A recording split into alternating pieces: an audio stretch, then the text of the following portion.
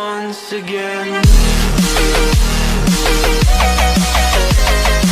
Assalamu alaikum warahmatullahi ta'ala wa barakatuhu. Masoyana na duniya da Najeriya gaba daya, ina farin cikin ƙara sanar muku da cewa kasida na mai taken da baki na shigo zan yi yaban da hamaiki, kowa ya tare ni zan buɗa in ci mai baki.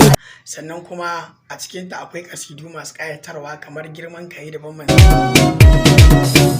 Girman ka yayi daban, matsayin ka yayi daban, waye zai bar ka shugaba, sai wanda bai sanya ci gaba. Sannan kuma da sannan ki ummul khairi, sannan ki ummul khairi, ba za a yi kamar ki ba, girmar ki faɗin ba ki ba zai iya faɗarsa ba.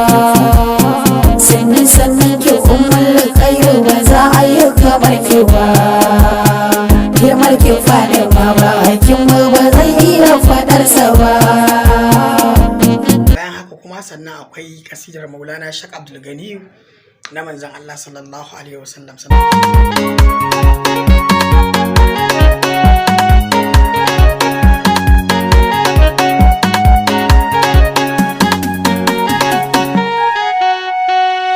Shehu Abdul Gani yau gwarzo na gaida kai baba dan gari. Shehu Abdul Gani yau gwarzo na gaida kai baba dan gari. Sannan kar ku manta akwai kasidan Sayyida Fadima alaiha salatu wassalam.